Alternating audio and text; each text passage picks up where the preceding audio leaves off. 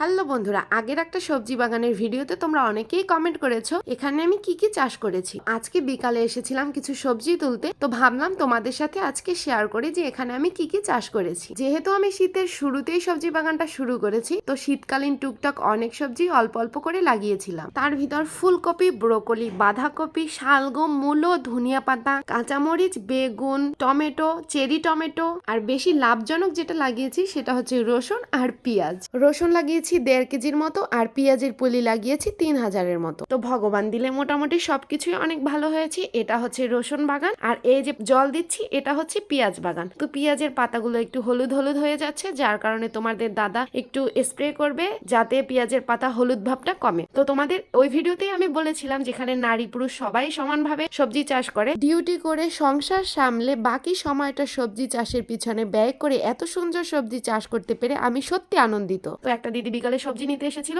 আজকে বিকালে এত এত সবজি তুলেছি, আর 3-4 দিন পর পর এরকম অনেক সবজি তুলি। তোমাদের কাছে কেমন লেগেছে ভিডিওটা কমেন্ট করে জানাবে। Bye bye, tata.